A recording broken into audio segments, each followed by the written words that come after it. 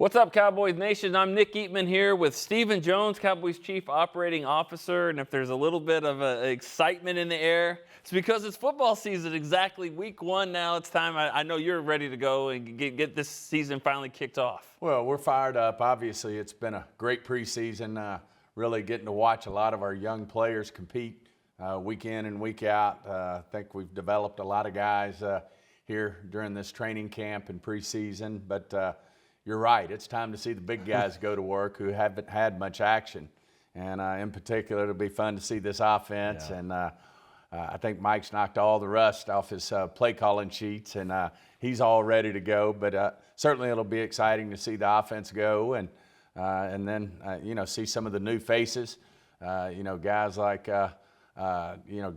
Cooks and people like that we hadn't had here before. Gilmore on the defensive side of the ball. Be great to see those guys get to work. I'm glad you said the word rust. I get asked all the time about what's the theory behind not playing any of the starters in the preseason at all. Did that change over the years? Was it when Romo got hurt in Seattle? I mean, when did that kind of change where you're like, it's not worth it for us? Yeah, we would be comfortable either way. Jerry and I would be. We usually leave that up to the coach in terms of playing guys. Now, you want them to be 100% healthy. We wouldn't want to put guys out there that you might be taking a little bit of chance with. But in general, Mike's just felt, strongly that it's, risk reward's not worth it in terms of, getting a player like Dak, some snaps in the preseason.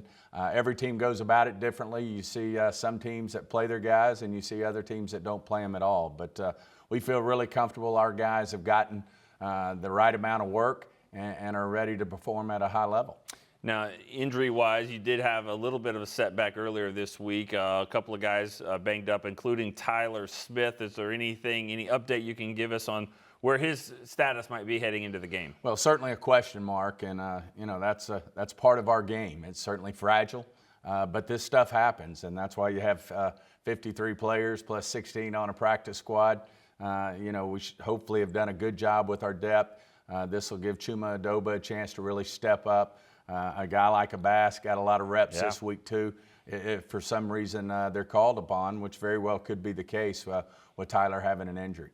This is the first time that we've talked to you since you've made a couple of trades, including one for Trey Lance. Kind of walk us through that and what mindset there, and what are you hoping to get out of him even this year? Oh, you wanted to avoid the pronouncing Noah's eyes. You want to go for it? I'm not going to go for it either. I don't blame you. Igbenogany. I think Igbenogany. We're working on that one. That's actually, I think, great. Yes. So I'm going to leave it alone. Right. I'm going to call him Noah I.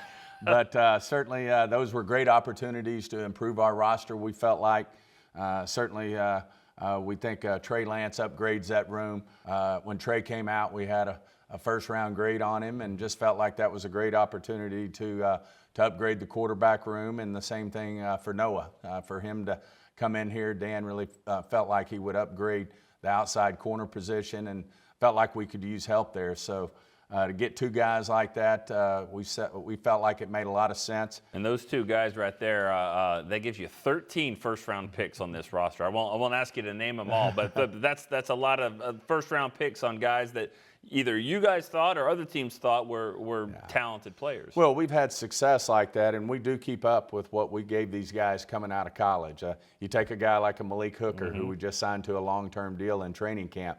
He was a top 15 pick in the draft. We had him graded that way. We get the opportunity to pick him up, a guy who, had some unfortunate injuries for the first part of his career, and now he stayed healthy and performing at a high level. So we certainly believe in the pedigrees of these guys, and sometimes they just need a change of scenery to get the most out of them. But I didn't know we were up to 13. But in the Cowboys organization, 13's a lucky number. Jerry was born October 13th, and so we're a big believer in 13. Hopefully that'll bring us some more luck. Yeah, same with Michael Gallup. He's not a first-round pick, but he's number 13, and obviously he's a guy that you're hoping has a big year. Now, flip to defense real quick. I felt like there was a visual every practice, every play, where it's Dak standing there throwing it and Micah Parsons just waiting on him because he's not going to hit him.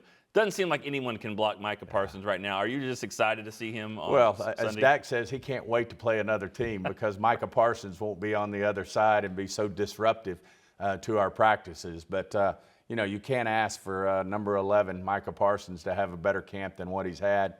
He's certainly playing at a high level. He's driven to be great. I certainly know he's got his eyes on some goals, but the biggest one, of course, is to win a Super Bowl. And I'm certain with the signing of Bosa out in San Francisco, he smiled real big on that one. Because, Did you? I can't say that I was smiling, Okay. but good for Mr. Bosa, if you will, out there. But certainly, we'll have Micah coming up for a contract here in the near future, and he's going to do really well, and we're just thrilled to have him on our football team. Last one, certainly not a coincidence. The NFL knows what they're doing with the Cowboys and Giants week 1. It happens a lot. It has happened in this year. What is it about playing the Giants in week 1 that excites you? And also, why do you think that the league continues to do it? Well, anytime you play an NFC East team, it's it's going to be a battle. And you can throw anything out the window in terms of, predicting what those teams are going to turn out to be. It's just going to be a battle royale out there. And then you take New York and obviously the top media market in the country, and then the following the Dallas Cowboys have should make for a lot of eyeballs tuning in to watch the Cowboys square off against the Giants. They've got a good young quarterback there. They've got a great running back. They've got great personnel there, and it's going to be a battle.